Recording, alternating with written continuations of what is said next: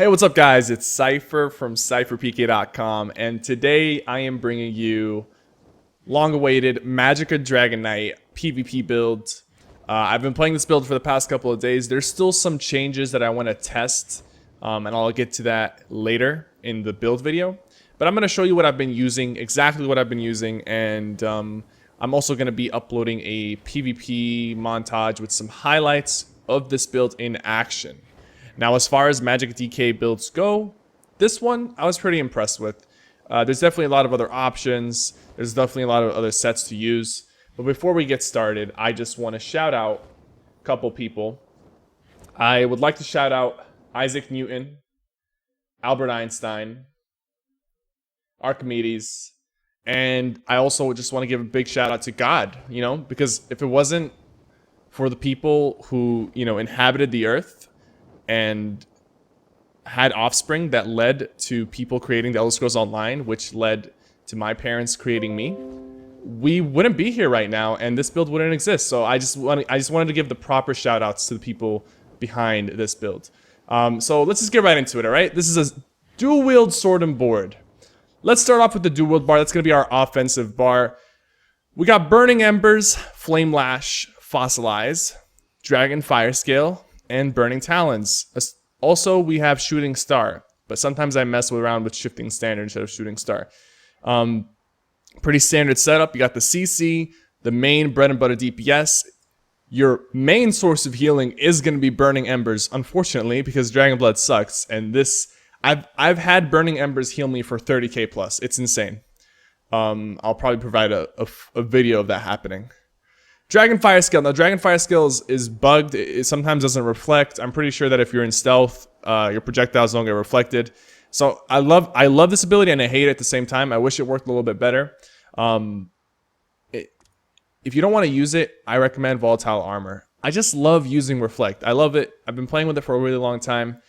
And since I'm using dual wield and not double sword and board, Reflect is almost required, even though it's buggy.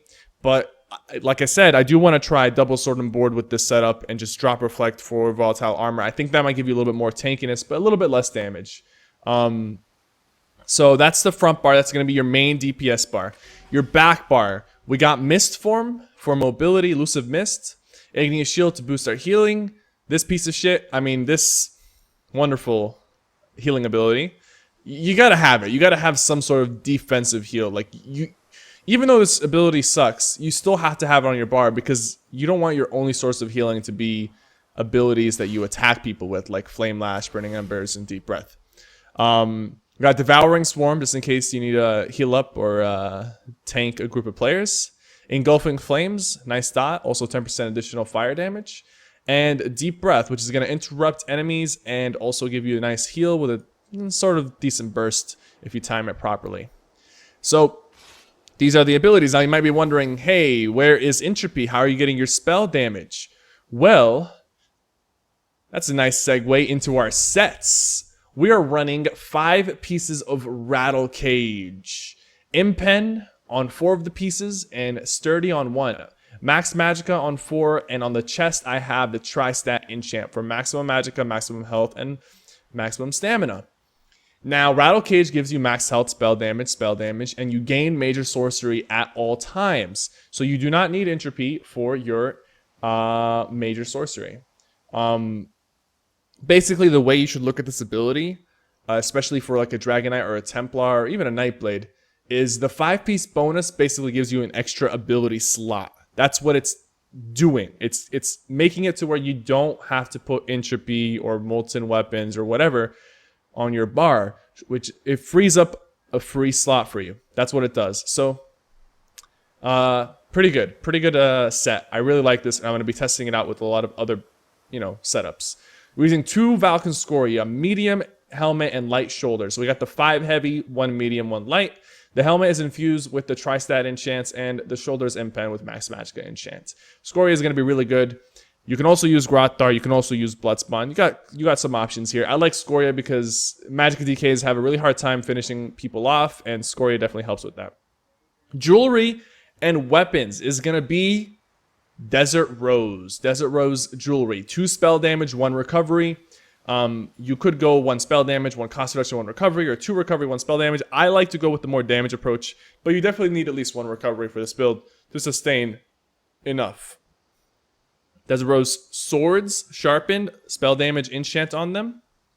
Desert Rose sword and shield, impenetrable on the shield with maximum health for bigger heals and a bigger igneous shield. And we're using damage, health, poison. This is going to give you the double poison damage dots. The reason I'm using this particularly on this build is because we are using Scoria. So these are 2 extra poisons to proc our Valken Scoria. And how did this guy... Okay. I didn't think I was going to get, you know, found. Like, I didn't think people were going to find me here. I was in the middle of nowhere. But speaking of the middle of nowhere, Cropsford. People are going to be asking, where do you get your Desert Rose? Cropsford is where you get your Desert Rose. There's an NPC there that sells Desert Rose boxes for 50,000 alliance points each. And if you want to hate yourself, you can go out there and spend a couple million alliance points until you get the swords you want, or you can buy them on the market for a couple 100k each. So you either got to be really rich or have a lot of alliance points stored to get the Desert Rose. So it's not easy to get together the Desert Rose. You could go with Lich if you wanted to. Rattle Cage you get from Vaults of Madness. I just ran it on normal mode and got a bunch of pieces. And the Scoria you get from City of Ash. So those are the sets, guys. There's definitely interchangeable sets that you can put here and there, but this is what I'm running. Let's get into the champion points really quickly. We got 96 points into Magician, 46 into Arcanist, 20 to Tumbling, 25 into Shadow Ward, 9 Elfborn, 97 Elemental Expert, 66 Spell Erosion. I might put a little bit more into Bless, but I'm not sure. 15 into Thaumaturge, increase that damage. 5 Spell Shield, 70 Resistance, just because I really want this passive. Especially because Dragonknights don't really get too much healing. 51 Hardy, 33 Elemental Defender, 15 Thick Skinned. 111, 10. Again, I'm not extremely good with allocating CP. I don't really take too much time to test numbers and stuff. But this should be very efficient. And if you have a better setup, go for it, dude. Let's go into the stat sheet. We got the Atronach Mundus for Magicka Recovery. On our offensive bar, we have 35k max Magicka, 28.8k health, 16.5k max stamina. Really good stamina, Magicka, and health. On this bar, we have more health for bigger shields and bigger Dragon Bloods, and a little bit less max Magicka. The recovery is 1.1k unbuffed. Buffed, we're talking 1.3k. Stamina recovery, 585 unbuffed. Spell critical, only 22%. Really low spell critical, but I couldn't really get away with using Mage Light or the Thief Mundus. You could attempt to use Mage Light instead of Reflect and use the Thief Mundus instead of Atronach. Might get you some results. Haven't really tested it too much, but it's something you might want to consider. Spell damage, 2769 unbuffed. Well, technically, we're always buffed with Rattle Cage. And when we light attack, our spell damage goes up to 3200. So really nice spell damage with maximum Magicka. This build actually has a lot of pressure. It hits pretty hard. And I'm actually going to showcase that pressure against these unsuspecting opponents. So I'm going to chase this guy down real quick and showcase the pressure really quickly. So, you just put Engulfing Flames on them. And then Unstable Flame, Talons, CC. Then you got the whip going in. And decent amount of pressure. 6k crits on the whip. Now this guy probably didn't have too much resistance. So, but I've hit people for a decent amount. I've even hit up to 8k whips. Considering we're in heavy armor and we don't have extreme max Magicka or spell damage, it's decent. It's nice, and it's really good. So, and you can combo with Meteor, Fossilize, and kill the tanky opponents pretty well. So that's the build, guys. We are a Dark Elf. You could be Dark Elf, High Elf, or Breton. Those are my top picks. You can see the stats here. We are Stage 4 Vampire for the Mist form, and we are using max Magicka, max health, and maximum stamina food. So That's it for the build. Expect some variations. I'm not going to be running this exact setup all the time. I do definitely want to try double sword and board because I find that when I'm being pressured by a lot of people, double sword and board is very important.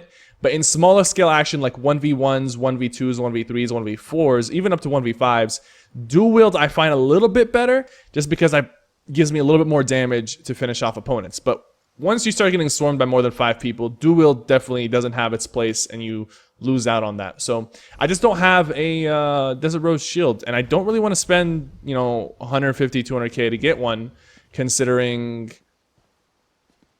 next patch DKs are going to be buffed again, and this build might change. So I don't really want to spend too much money. I like the setup as it is right now. I like the dual, I like the burst, I like everything about this build right now, and it's definitely revived my love for Magicka Dragonknights. Now, yeah.